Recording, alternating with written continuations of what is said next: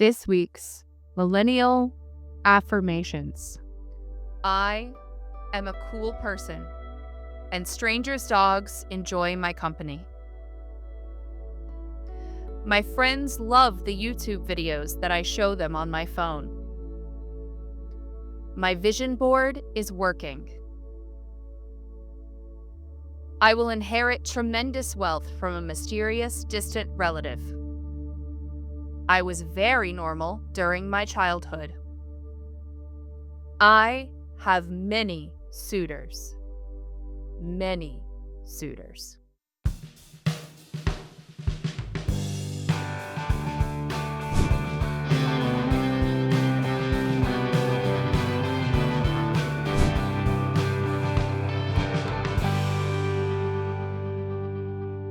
Welcome to Once in a Generation, the podcast where being a millennial isn't just having a 19-year birth year, it's updating your resume during your lunch break, if you get one.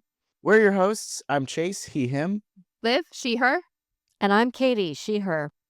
Each episode will unpack the mess that is our generation and the times we've lived through, trying to answer the question, was it really ever supposed to work out for us? Because being part of the most resilient generation means switching careers, switching pronouns, and still using the same email from middle school. This is Once in a Generation. Let's unpack the damage. This week, we're digging into participation trophies. Wikipedia defines participation trophies as a participation trophy is a trophy given to participants in a competition, usually children, regardless of their success. This is a hallmark of some of the bullying that has been handed to millennials since the dawn of time. I remember adults giving a shit about this when I was a child. At a moment, I think I was being handed a participation trophy. So I'm curious for the rest of you. I know I got only a few. I didn't get a ton. My kind of environment wasn't really big on them. What about you two? So my experience with participation trophies had everything to do with being a young dance student as like a 4 and 5 and 6-year-old trying to learn ballet. Oh, I thought I you were am doing a cadence, 4 and a 5 and a 6. and a 4 Yeah, I and a felt 5, right? Yeah. No, I have no rhythm. Like that's the hilarious part. If you were to see me dance now, I'm horrible at it. But I wanted to be a ballerina when I was a little kid. So I had a bunch of like ballet shoe, plastic gold trophies mounted on like the fake marble plinths for like every recital I had danced in. And then when I got to school, like outside of the early elementary years, it became participation trophies for completing the book reading challenge or even just participating in the science fair. And, I'm a bit of Hermione Granger. So I was usually going for the like actual first place ribbon, not the you participated ribbon, but it didn't matter. We were all getting ribbons. And I'll just end this anecdote by saying that my hot take is that it cheapens the winners when everyone gets something. I don't really remember getting that many participation trophies or ribbons. I mean, I think the only one I got, which this lovely little thing, when I was in Australia for 3 years, I got a minor league baseball participation trophy. And funny enough, so did my dad, who was the coach. And my dad had forgotten that he had gotten one, and so he brought it, as parents do, back to like they come to visit you and they bring you weird tchotchkes that are left behind in their house. He was like, "Oh, here's your trophy," and I was like, "I have one. I don't need two." So I feel like I have a unique positioning for any sort of participation trophy because in my whole life I've either been the best of the best of the best or the worst possible in a competitive environment. I have two settings: complete dominance and utter annihilation. Um so in I think 4th grade was probably the peak of when everyone in or, like, when the people in my life, like, whether they were teachers or other adults or whatever, decided that they wanted to do participation trophies, and I will never forget, because I was always, like, "Oh, you're gifted and you're super talented and you're super smart," and that was right around the time that the ADHD and dyslexia both decided to show up, and I spent that whole year doing nothing but reading the 1st through 4th Harry Potter books over and over again. Everyone else thought to the exclusion of everything else, but then I also read basically the entire library. But that was the only thing I did. All my grades were crap. They didn't have anything else on me. And so the rule was every kid in the class had to get a certificate of some sort. They weren't trophies, and so I don't really think of it as trophies looking back. Like that you hand wrote that after you bought that at the dollar store. Like I don't think that really counts. But they had to give me something. And everybody else kind of got themed ones, like they were all similar. There's at least one other person who got whatever you got, like some equivalent of it. And I just got this one, and it was just the Harry Potter award. And, like, that was it, like, that was the best that they could do, and then, and I think that the next summer was when I, like, won a softball championship, and, like, that was, like, the closest to a participation trophy, but it was very funny, like, I've either won them for, like, "Yeah, you're the best," like, "Here's your number 1 at chorus, here's whatever," or, "We literally don't wanna hurt your feelings.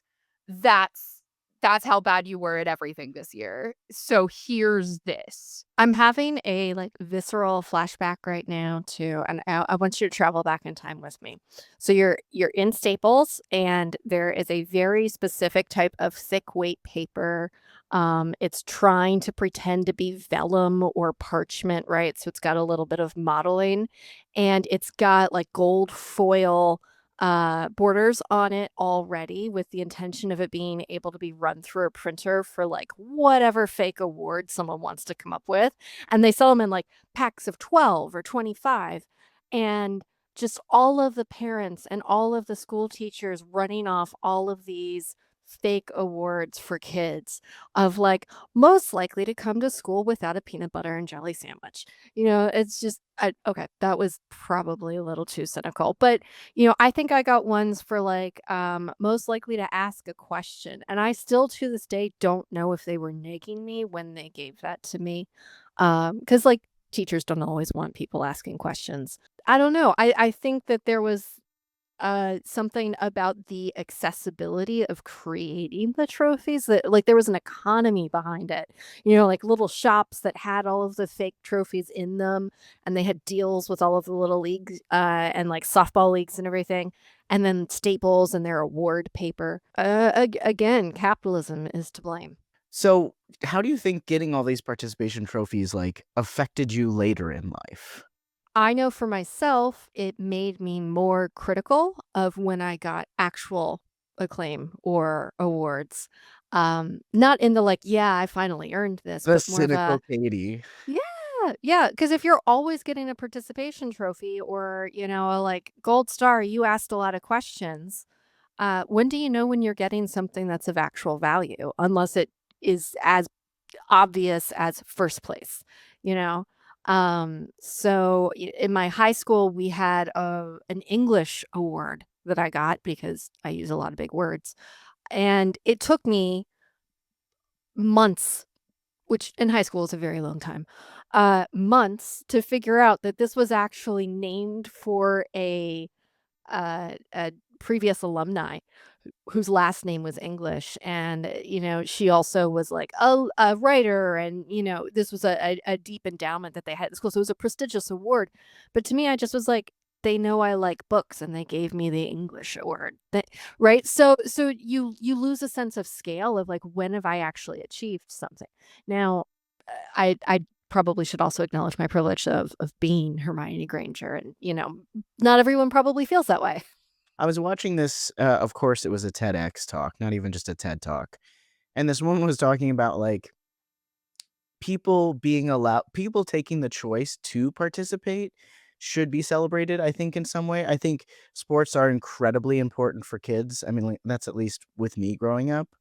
So I think maybe it's not a certificate, maybe it's something else, but I think celebrating people going outside of their comfort zone, even if they don't win, is something to be celebrated. My takeaway from the very insightful thing that Chase just said is that we just need to stop pretending that everyone, like, I think we should be like, we want to validate that you're here, and here's your trophy or your award or your $20 Amazon gift card or whatever to, celebrate that you participated, without trying to make up an excuse of like, we think that you have great book reading skills at Harry Potter specifically. I think there's a big difference between everyone on the team getting a participation trophy and like giving a most improved or like find something specific because I think that also sets them up later in life when they're getting these direct responses to their work. You can give them tangible things that they can grab onto and feel accomplished by. Does anyone other than me know why they invented participation trophies? No. So I barely had to look this up because I lived through a lot of examples of it. Growing up, my brother was very good at baseball, and everyone assumed I would also be athletic and talented at that because we were related. Which is how I ended up in right field so much playing softball. That's an Uh, important that's a very important position. it was where they could put me where I could do the least damage. But I can throw in a vague direction very far. Meanwhile, my brother could throw like a 96-mile-an-hour baseball. It was crazy. I actually only learned like 6 years ago that snowballs didn't hurt when you got hit with them. But anyway, because of that, from the time he was really quite young, he played baseball, sometimes spring, summer, and fall ball. He was one of the kids that was actually good at it. So once again, our family had the high and the low. They had him absolutely coming in at the total top, and then me, everybody's just thankful they found a place to put me. But there were a lot of parents surrounding that were very intense about how their kid in particular was absolutely going to be the one that was going to get drafted. And they would lose their minds at referees or at other children or at other parents in the stands. And how participation trophies in general got invented was because parents were being so awful that their kids weren't getting anything, that their kids weren't going to be the next big superstar, that they just weren't getting anything at all. They were being so incredibly competitive that it started as a strategy to basically make everybody feel a little bit better, just try to get everybody to calm down a little bit. It wasn't invented because kids were disappointed or they secretly wanted something. It wasn't invented for any of those reasons. It was very parent centered. And so we've talked a bit about the impact on us, but I'm curious what your thoughts might be on what kind of might drive an adult to make hey, the best thing we can say about you is you read all of Harry Potter this year. Or, hey, like, this is another random academic award and we're inventing new ones every year. Like, what might that motivation might be like? Are you positing that boomers may be just as fragile, if not more, than us? I I I know I saw an awful lot of that when it came to yelling at children during T-ball. And a lot of quoting of "There's no crying in baseball" all the time. I heard that Oh every my team sport I god. was in didn't have to be baseball, softball. I think fragile parents is a one very good factor in this. A lot of parents then, now, forever live by extension through their children, right? And so it is not about their child's mental health or, participation, or if they're having a good time. It's how does this reflect on me as the parent, and what are my hopes and dreams, and are my expectations being met? So having been a tutor and a teacher, I know what it's like to be in that hard position where it's like I'm going to have a parent sue me. When I was teaching an undergrad, if their student, if their child, their son or daughter, was not getting the fair treatment that they perceived they needed. That being said, I think particular to the participation trophy generation of millennials, there's I'm having trouble completely describing it, but there's a little bit of a quality around the type of inclusivity that was also very problematic that took place through the 90s. And I'm thinking a lot about like I don't know if you guys had this, but like the garlands of like almost like It's a Small World tokenization of like people of different country and nationality origins just like decorating the room, or and so it's like we believe in globalization and diversity, but in a very sort of like the white narrative is still the dominant factor, and there will mostly be white people on your TV, but there's going to be one person of every other ethnicity. It's the Captain Planet method, right? Like you have one of every non-white skin tone and then multiple white skin tones, right? The community college stock photo. Yes, precisely. And I feel like that translated also to emotions and inclusion. I remember like guidance counselors trying to do empathy training in the 90s at my elementary school.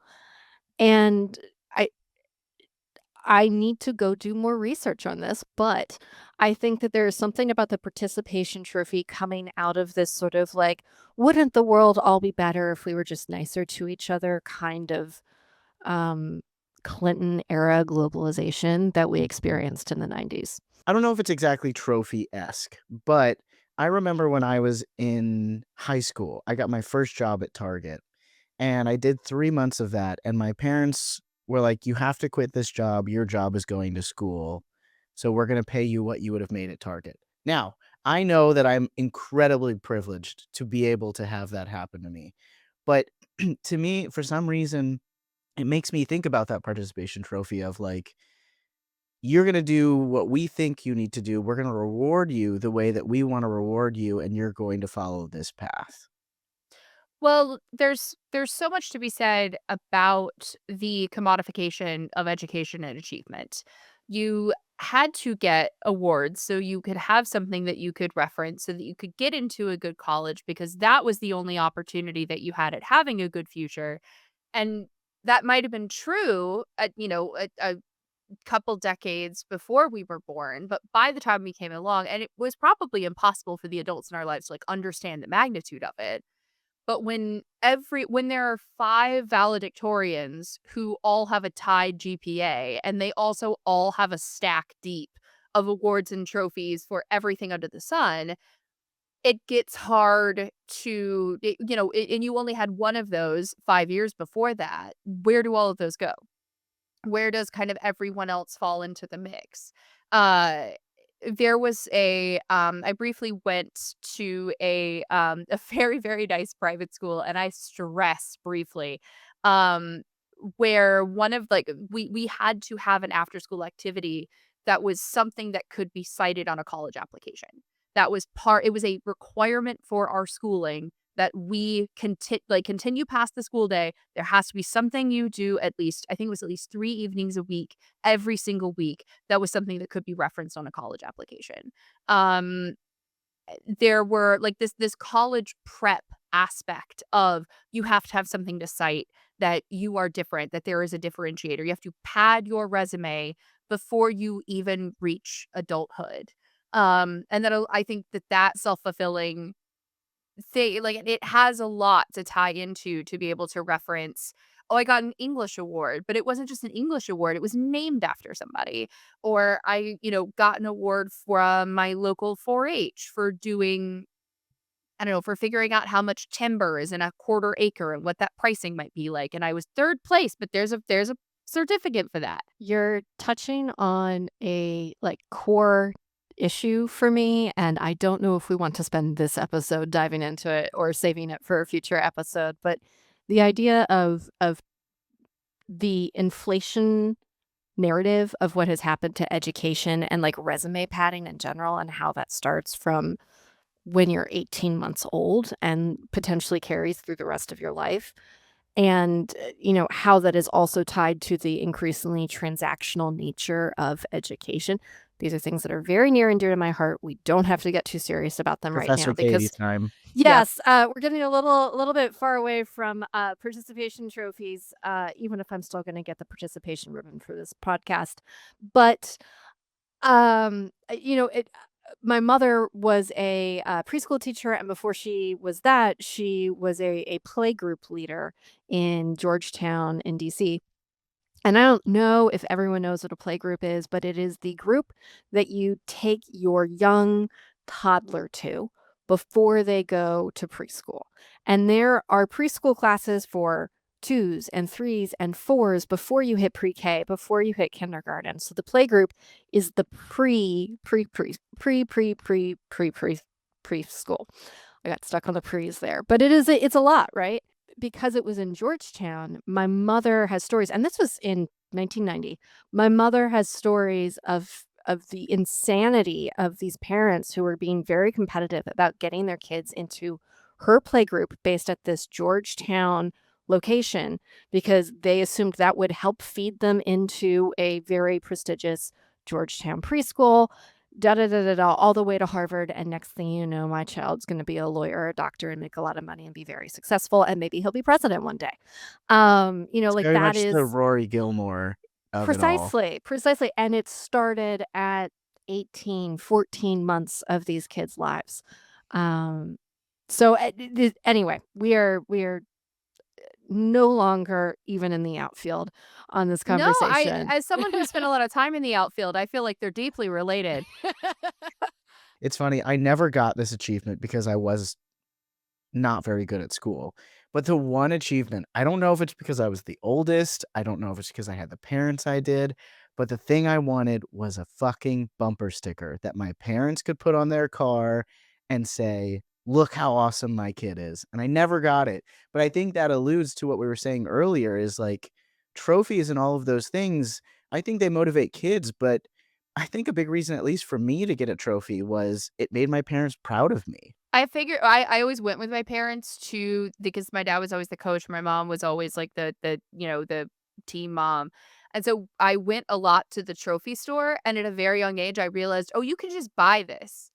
Like, you could just do something else that doesn't involve having to do all of this hard stuff, and then you can drop, like, $5, and you can have the same trophy that all the other kids have, and so if I wanted that, I'd just go buy the trophy. But it doesn't mean the same, and people didn't watch you get it.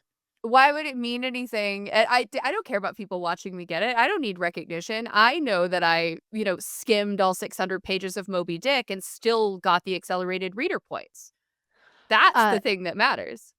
so I'm gonna curveball us a little bit here, but actually it ties into what you're saying, Liv, because I feel like this is very tied to the modern millennial obsession now with like not necessarily participation trophies, although I do have a bunch of race medals right next to me for just being in a race. We grew up in a time where we were given like cheaply printed at home printer certificates for completing books or participation trophies, and now we live in a world with Goodreads, and I can't tell you the number of people who are obsessed about Oh. updating what their book completion rate is on Goodreads, and like at the end of the year, how many books did I read? Or if you're a podcast or music person, it's like, what is your Spotify Wrapped? And so it's a different type of participation trophy. But to me, it's that same sort of like competitive edge of like, I need to be on the honor roll somewhere. What was the first sport you guys remember, like, liking or, like, have memory of doing? I don't know if it was a sport, but man, I loved Gymboree growing up. Did you guys go to Gymboree? Oh, No, I Okay. did gymnastics. Okay, this is no proto. This is a thing. Again, I had a preschool teacher mom, so like I think I did a lot of the like this is what, Dr. Spock recommends or not Dr. Spock, whoever the person at the time was. So Gymboree is like a little like tiny tots tumbling class that you do with your parent when you're like 3, 4, 5. And so like you have a little baby trampoline and a little like low bar, high bar, and you do the big parachute things where you all like throw it up and then you all run under it. I am describing things you have no idea what I'm talking about. I own one of those parachutes, by the way. It's amazing. I miss that so much. Anyway, it really prepared me very well for gym class in elementary school, where it turns out a lot of those activities were the same. Only I didn't have my mother with me anymore. So I have very fond memories of Gymboree. I would like to go back to being a small child with her mother doing gymnastics. Wow, yeah. that's so nice. I think my first memory was jujitsu, and I freaking loved it. It was so fun. Everyone was wearing the same outfit. No one could tell if I was a boy or a girl, and I got to run around and kick shit and like punch shit and count in Japanese, which is still the only reason I remember counting to 10 in Japanese. And I even got a cool nickname. My nickname was Dragonfly because I could do a really cool high kick. Wow. Yeah. Yeah, I think I did. I think it was some form of dance. It was tap. Oh my god, it was tap really early. Still couldn't do it then, couldn't do it now, but I managed to make it to like the stage for the show that time. And I remember I have such a vivid memory of not walking out on stage, not leaving the stage, but the moment I like turned and looked at the audience and went, "Oh, what is this? I I need to do this." And then that was 12 years of musical theater. immediately after. Can't dance, can't move, no coordination, but I can sing super high, which is not fun either. I not this episode, obviously, but at some point we need to talk about why do we have so many like recitals and things for kids? Because I have very vivid memories of being in these dance classes. I took tap, took jazz, I took ballet. I was not good. I was not coordinated. I the reason I'm very bad at dance is beyond not having any rhythm is which is, a thing you might need. I can't remember the sequences. And so people like will tell you do this move, that move, and I'm like, I'm sorry, where does my foot go again? And I cannot remember the sequencing. And it's a problem. I even now I can't waltz for the same reason. And everyone's like, you can't waltz. Anyway, Who is getting everyone this. saying you can't waltz? Oh no, my very bougie friends as they drink their tea with their pinkies up. But I then remember the trauma of being on stage and realizing that people were watching me as I did not know the steps, and I was, like, covertly trying to watch the other girls on stage with me, trying to copy their footwork, I'm like, "And everyone's watching me do this, and I'm not prepared." And then the same thing would happen again with piano where, like, again, I could not remember like, I could play from sight, but I could not remember without the music in front of me, but I was forced to do it, and then people had to watch me, like, pick it out of the why do we do this to children? We don't do it for children. We Yeah. do it for the parents. Yeah. But the I parents like that don't we had such enjoy different it. They're, like, reactions to those. bringing hip flasks. They don't like it. I know. They're terrible. But secretly, I think they do. I Yeah. mean, as someone who sat through a lot of recitals and things like that for younger kids, it is fun if you like make it a game, and it's cute to see the kids like that. Maybe here's the thing: maybe nobody likes these things, and we should just stop doing them. I also have a theory that, like, it's for the teachers because the teachers won't know how to organize their classes if they're not teaching to some sort of test or recital. Like, we've, Oh, like, turned our education system, even, like, hobbies, into a we are preparing you for the event, and so teachers are just gonna be like, "I can't. The pressure's too much. I need a rehearsal to work towards." also maybe it's proof. Maybe that everyone shows up, the parents, the That's what kids, it the is. teachers, Yeah, and Because it's like that's how the something teacher has happened. that is there how has the been teacher proves that they are worth the money the parents just spent. what Yeah. this is the ROI of little Timmy having to buy that trombone for $7,000. I don't know how much trombones cost. I love how last episode you were like, rent is 7 nickels, but trombones, $7,000. You can't play along at home. This is the thing I do. I just say an amount of money. I really wanna live in Liv's economy where I can be, like, a mega landlord, just to own entire city blocks But by not one trade trombone. right? Not one trombone. You had to buy That's that. too much. You had to buy that trombone on Klarna. You have to Temu a trombone over. Yeah. I know you could get down to like $1,000 on Temu, I think. Wow. Yeah. I need to look up how much trombones cost. Can you get a drop ship from, like, some very No. specialized place? I'm actually looking. You this up can't now. Google how much trombones cost because then you're just going to get trombone ads all the time. Okay, first off, we can get a plastic trombone for $129. That's That is expensive. much more expensive for a plastic one than I thought. That's Uh, unfortunate. This is why they make you rent the instruments in, elementary, middle, and high school if people don't own them. And then it ends up costing just as much as if you'd bought it outright in the end. Do you know what instrument that they don't rent you? That as someone who played this in school and as someone who had a kid who played this, The I swear to recorder? God, fucking recorders. My mom sent my old recorder to my house where 3 children lived, and I was upstairs, and all of a sudden I hear do do do do do do, and I went, "What the fuck is happening? There's someone in this house with a recorder."